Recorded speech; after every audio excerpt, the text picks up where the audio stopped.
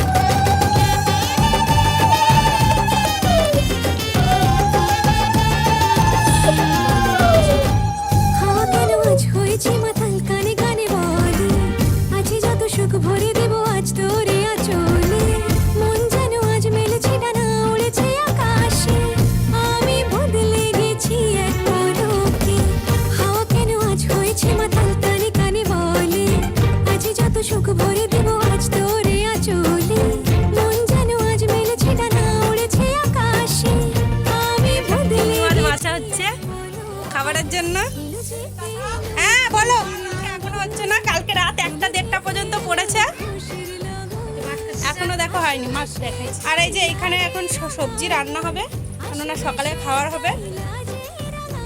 এখানে এসেছিলাম হলো, এখানে রান্না বান্না হবে, এই বিয়ের লোকজন খাবে তার জন্য। আর এখানে এসেছিলাম পুজো দিতে। আজকে আমি সেরকম করে কোনো ভিডিওর ফুটেজ নিতে পারিনি, কেননা কাজে ব্যস্ত ছিলাম। আর কাউকে না বিয়ে বাড়িতে ঠিক পাচ্ছিলাম না যে আমার ফোনটা ধরে দেয়। যাই হোক, তোমরা সবাই যারা ভিডিওটা দেখছো প্লিজ একটু ম্যানেজ করে নিও। আজকে আমি কতটা কি দিতে পারবো নিজেও বুঝতে পারছিলাম না।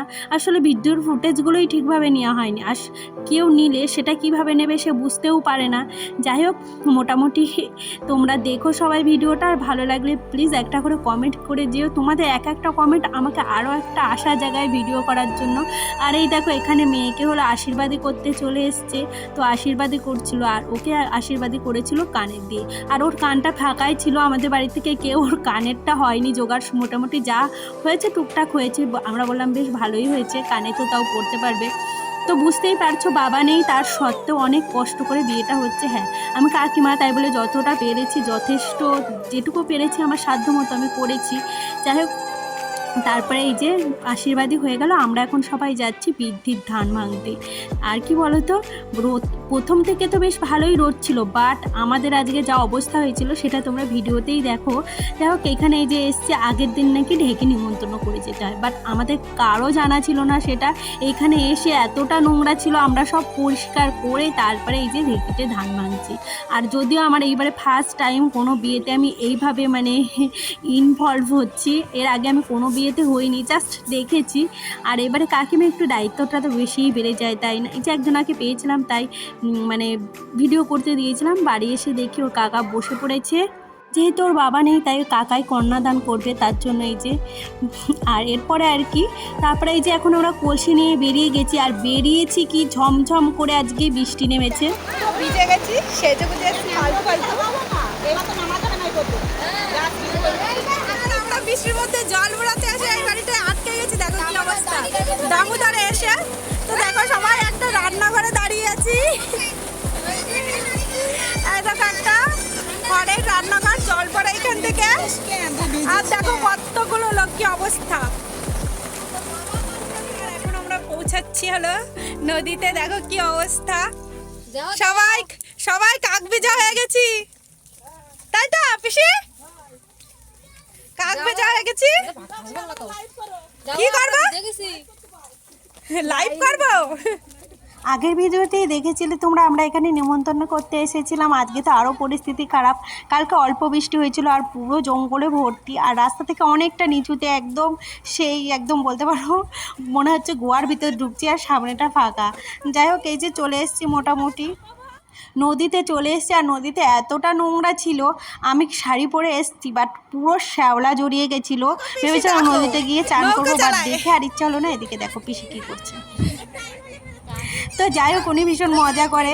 এই যে নামছি আর আমার শাড়িটার যা বিচ্ছিরি অবস্থা হবে কি বলবো। আর এখান থেকে আমরা জল নিয়ে যাবো, যেহেতু আশেপাশে গ্রাম হলে হবে কি আশেপাশে আমাদের কোনো পুকুর নেই, জানো তো, যে ধারে কাছে গিয়ে একটু পুকুর থেকে জল আনবো। আর অনেকে চান করেছে, বাট আমারও ইচ্ছা হচ্ছিল চান করতে, কিন্তু এই ভিজে এমনিতে আবার বাড়ি যাবো ভিজে গায়ে।